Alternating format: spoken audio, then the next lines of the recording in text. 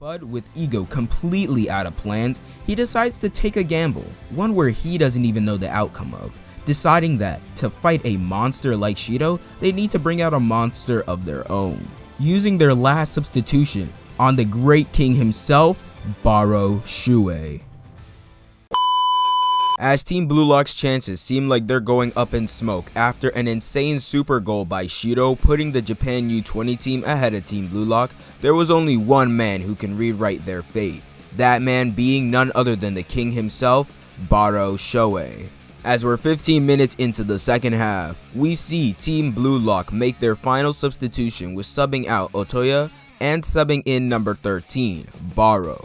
As Otoya says that with Barou's killing intent, the defenders will sense him coming from a mile away, the king tells this peasant to quiet down as he claims that he's just pressuring them. As we see Team Blue Lock's formation change with Barou playing as the right wing and Hiyori moving to right back, we see Isagi try to explain to Barou his plan of coordinating along the right side, but that's when Barou interrupts him by saying that his plays have been really boring.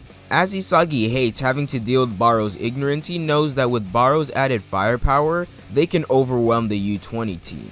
And that just goes to show how much Ego trusts them. As Henri notices that this formation wasn't so prevalent during their training, Henri asks Ego if they'll really be alright out there. But Ego responds with the fact that he already planned to sub in Barou straight from the beginning, adding on to that saying that he had no intention of throwing this match. This match has unfolded exactly as he envisioned, but what he wasn't expecting was for Team Blue Lock's ego and passion to surpass his expectations. After hearing that, Henri says that they still have a chance at winning, but in that moment, Ego tells her to shut up and watch the current Blue Lock at work, as they just might be able to create football's most critical moment. As Nagi welcomes the king onto the pitch, Barou decides to be disrespectful and say that Nagi only scored one measly goal in the beginning of the match and died out, telling him that from now on he'd better pass to him. But as Nagi says that he doesn't want to pass to him, they start to bicker a little bit.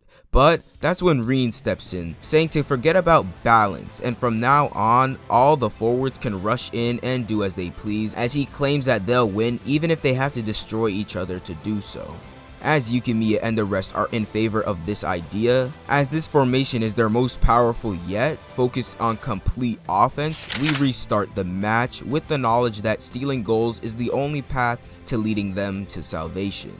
As Team Blue Lock is on the move, we see Isagi recalling Barou's weapons to be his charging dribbles and his middle shot range of 28 meters. If Barou is free in his territory, he has a high possibility of scoring.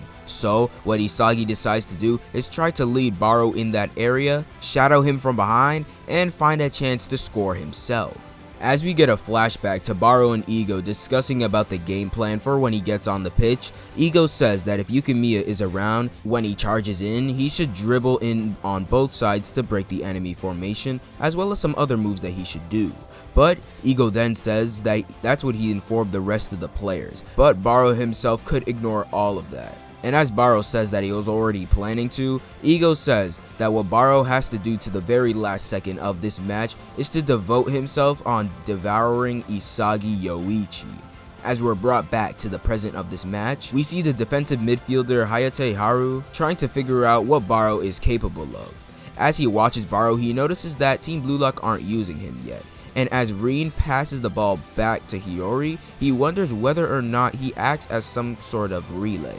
As Hiyori gets the ball, he gets ready to pass, and as he's doing so, both Rin and Isagi are on the move, getting ready to receive this pass. As Hayate sees this, he decides to catch the more dangerous player between Rin and Isagi and mark them. As he sees Rin already being marked by Sendo, he decides to go for Isagi as he's more open. Isagi notices Hayate coming to try and intercept the pass, but he says that Hayate noticed him a bit too late and that he'll be able to get the ball before him. But right at that moment, the king charges through, stealing the ball from both of them. As Hayate is shocked at the fact that Barou stole the ball from Isagi, a teammate, he tries to catch up with him. As Barou claims to be Isagi hunting, Hayate questions what kind of attack this is. He asks how is he even supposed to predict this kind of play.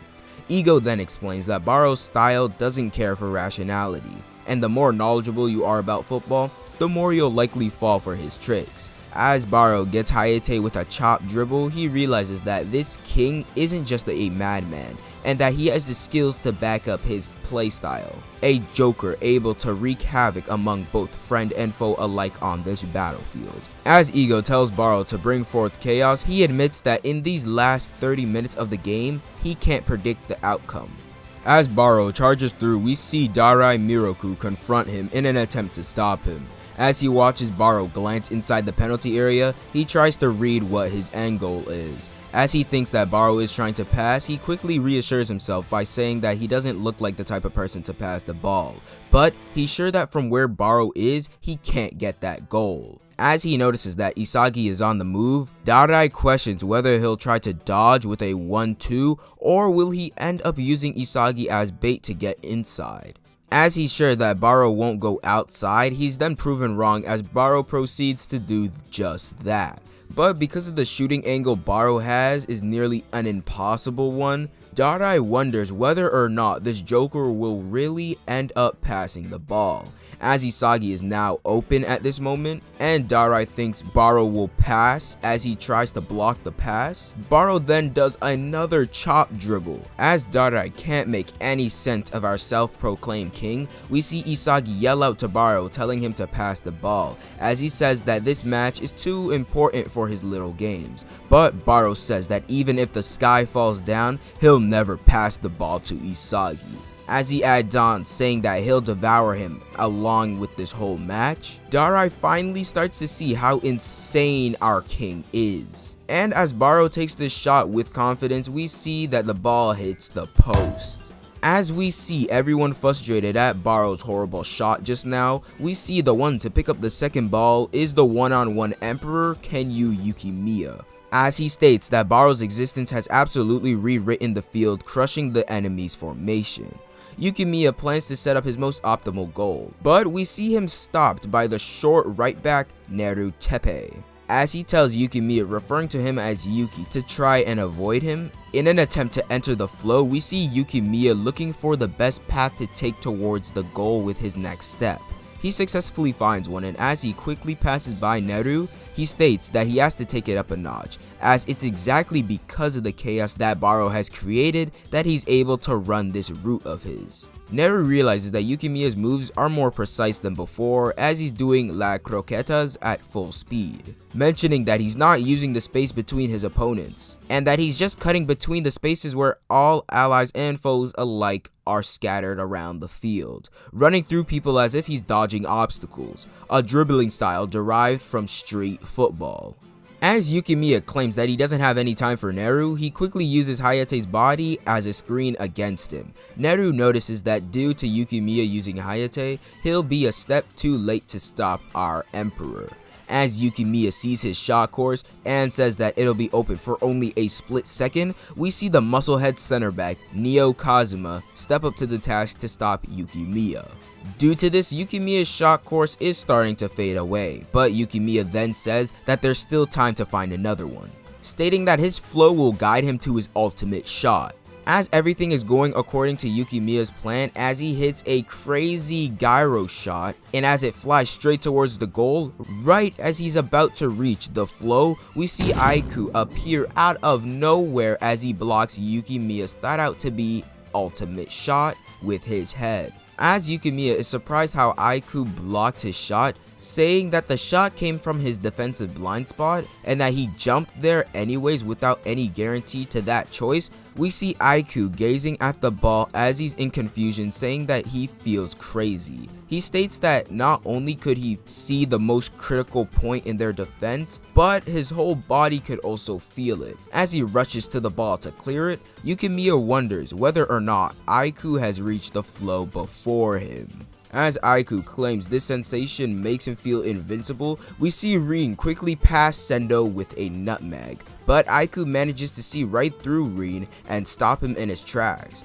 Aiku then says that what he must crush isn't the moment Rin shoots, but his range of shooting, saying that that's what he has to hunt. Isagi then calls out Rin's name, and as Aiku notices him, he says that they both move for themselves, a duo so good that it pisses him off. As Aiku thinks about if the Blue Lock project would have started 3 years earlier, then he'd also be there aiming to be the world's best striker, saying that Blue Lock is like an alternate timeline that he didn't choose. And in spite of that, he tells Blue Lock to surpass him. As Isagi notices that Rin can't start up his own shooting pattern, questioning whether or not Aiku is reacting even faster than before, we see Aiku state that this is Rin's range, and as he says that if Blue Lock can't crush him, they won't be able to bloom, claiming himself to be the final wall in the rebirth of Japanese football. We see Rin pissed that Aiku is able to read all of his directions, and as he kicks the ball upfield, we see the ball fall right into the feet of Itoshi Sai as he tells them to get ready for the credits to roll.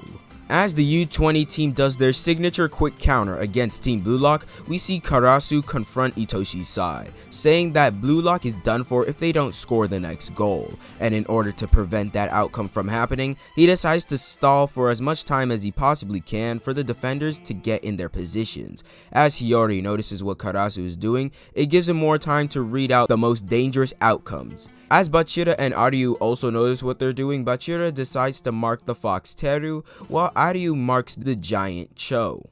As everyone in the defensive line is marking their man, it only leaves Reo to deal with the demon Shido. As Reo tries to stop this demon, we see Shido quickly pass him. Reo can't use his copy ability as Shido is challenging him to a battle of pure athleticism. As Reo is barely able to keep up with Shido's movements, he also notes that Shido and Sai's timings are nearly impossible to copy while keeping an eye on both of them. As Karasu can stall this genius no further, we see Sai make a cross to Shido.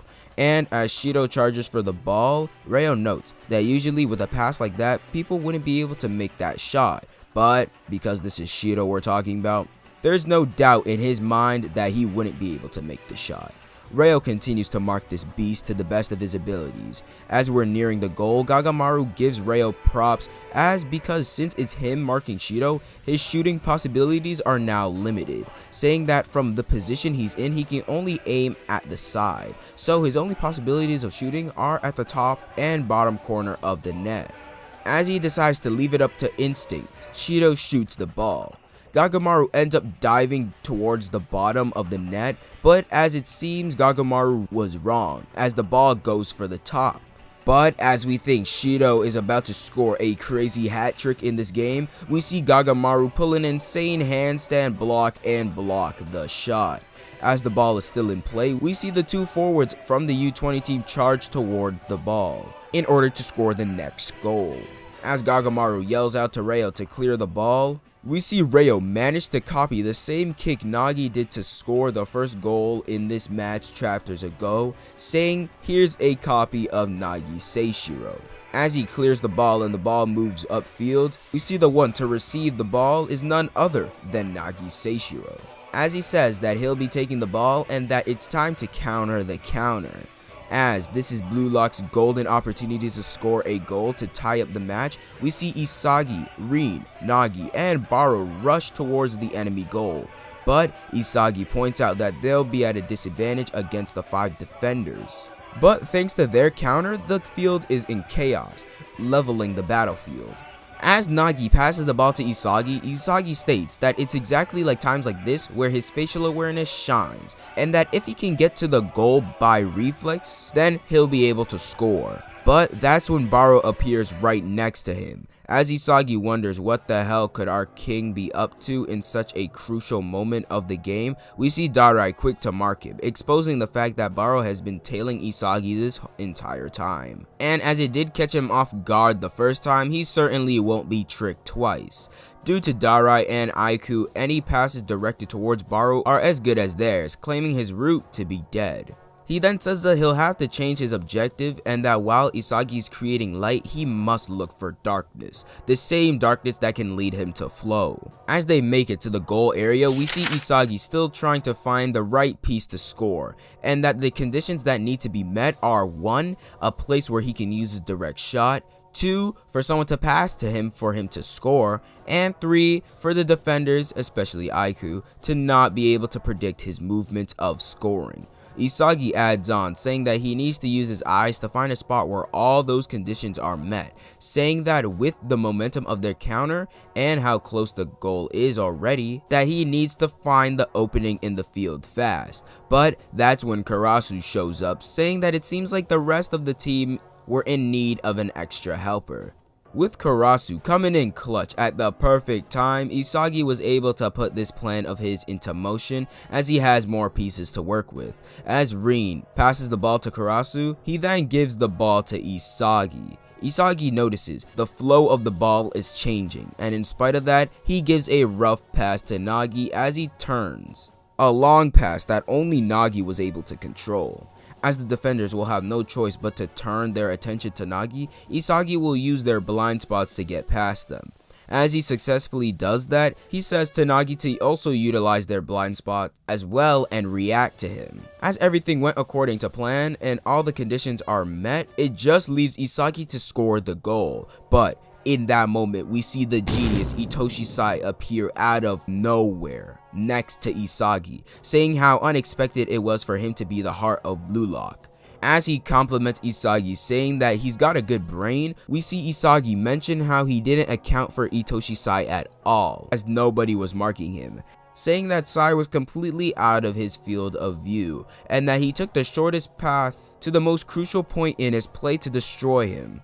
As Isagi's best play is being destroyed at its climax in just one instant, he then rejects that horrible fate, claiming that this instant isn't over yet. As we get this little matchup between Isagi and Sai, we see Isagi say that even if Sai was able to predict this outcome, he still has the moment right in front of the goal, and even if it's against the genius, he still has a 50-50 chance of winning this battle against him.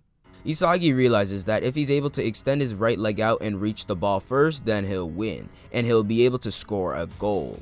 And as he's one step away from achieving greatness, Itoshi Sai slightly pushes him, and due to this, his balance is disrupted, as he can no longer make the direct shot. As Isagi notes that up against the genius Sai, his weapon just dies out, we see Rin come into play as he shouts out Isagi's name, telling him to look at him. Isagi realizes that Sai wasn't the only one who predicted his best play. We see Isagi struggle a bit as he manages to pass the ball in front of Rin, but to their surprise, Aiku was able to follow up with Rin's play, as he says that Rin shouldn't go thinking that he can beat him with just that. As both Aiku and Rin are neck and neck in pursuit of the ball, in that same moment we see Barou appear out of nowhere as he butts in on this one-on-one. Aiku then questions why and how Barou got here, assuming that he was just following number 11 Isagi all this time. Barou then thanks Isagi for the ball, referring to it as a feast, claiming his light to be his prey. And as we get not one, not two, not three, but 4 clean panels of this insane moment, he hits a super sliding shot, and as the ball flies straight towards the top left corner of the net, we see our king jump with joy as he takes off his shirt and starts roaring with fury as he not only manages to devour Isagi and Rin's light, but also ties this wild match to 3-3. As we see everybody in the stadium, commentators and crowd alike, going absolutely insane over that goal of Barou's, we see Rin frustrated, saying that he won't let things end like this, as he tells everybody to stop getting in his way, claiming that the one who'll score the next goal will definitely be him, also claiming this game to be his and that he'll defeat his brother and carve his name into the world, and that this story is about him. But the real question is Rin just all talk, or is he going to show an amazing performance on how he's going to be able to score his next shot?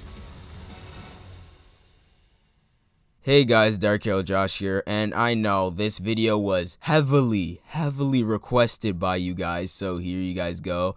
I try to add, a thing or two. I try to really put more time into this video because of how much it was, highly requested. I hope you guys really enjoyed the video, so if you enjoyed the video, please leave a like, subscribe to the channel if you're new, and comment down below what other moments in Blue Lock should I talk about or review next on the channel. And without further ado, with ending this year off strong, I hope you guys have a great day, and see ya.